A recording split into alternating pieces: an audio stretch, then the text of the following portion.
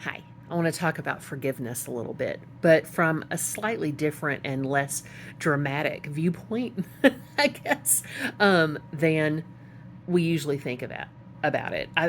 Forgiveness is something we think about a lot when it's someone has hurt someone else, and that person then is told it's healthy to make the choice to forgive the person who hurt you, and it can be a healthy choice. That's okay.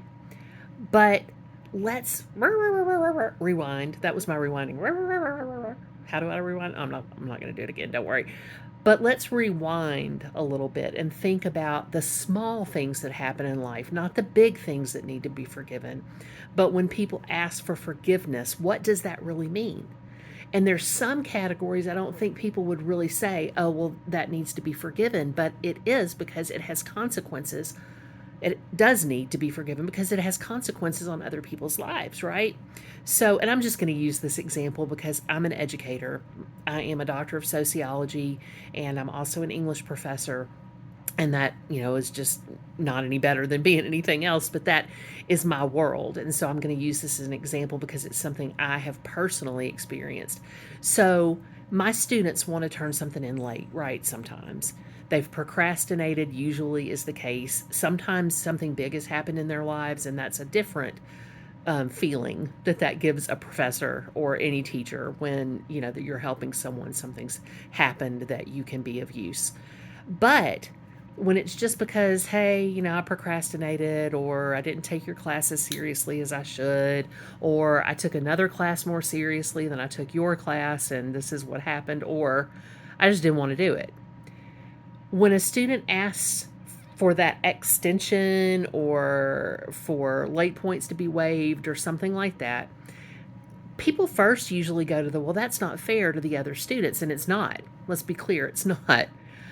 But depending on the situation, think about the impact on the teacher, on the educator, the professor, the homeroom teacher, whoever it is, right?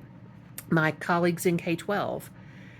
When you have to come back to an assignment with a student, an assignment that you did your due diligence, you graded the papers, you gave the feedback, you helped the students revise, maybe there was a revision opportunity, and a student comes later and says, hey, I know I didn't turn this in, but could I turn it now and at least get partial credit? I'll turn it in.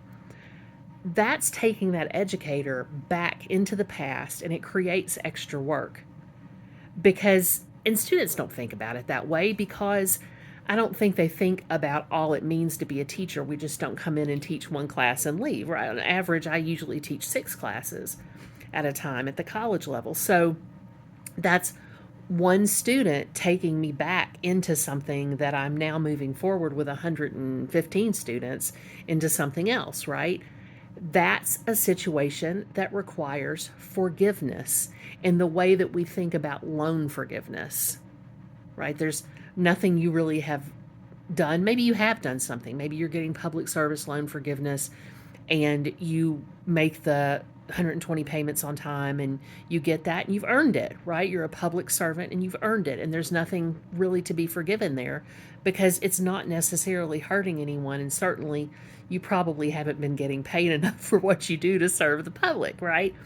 But when we talk about forgiveness, I think we think too much about the person who needs to do the forgiving and not the person who needs to think about what they're asking for and the impact that they're asking for forgiveness has on other people, right? What is the emotional, mental, physical, spiritual, realistic impact that has on the person who needs to do the forgiving? And that has to do with boundaries, and I call them Brene boundaries now. But think about that a little bit. Let's ponder that. What is it that makes us focus so much on putting pressure on people to forgive, which can be a wonderful thing, right? For the person who's forgiven and for the person who's doing the forgiven. We're not debating that. But what makes us think more, I think, about that than the impact that the action that needs to be forgiven has had on the person who does the forgiving. Okay, say that 5 times fast, right? So I'm sorry, quickly. I am an English teacher. Anyway, you are so loved. Thank you for listening to my rambling, and I hope maybe that this gave you something to ponder.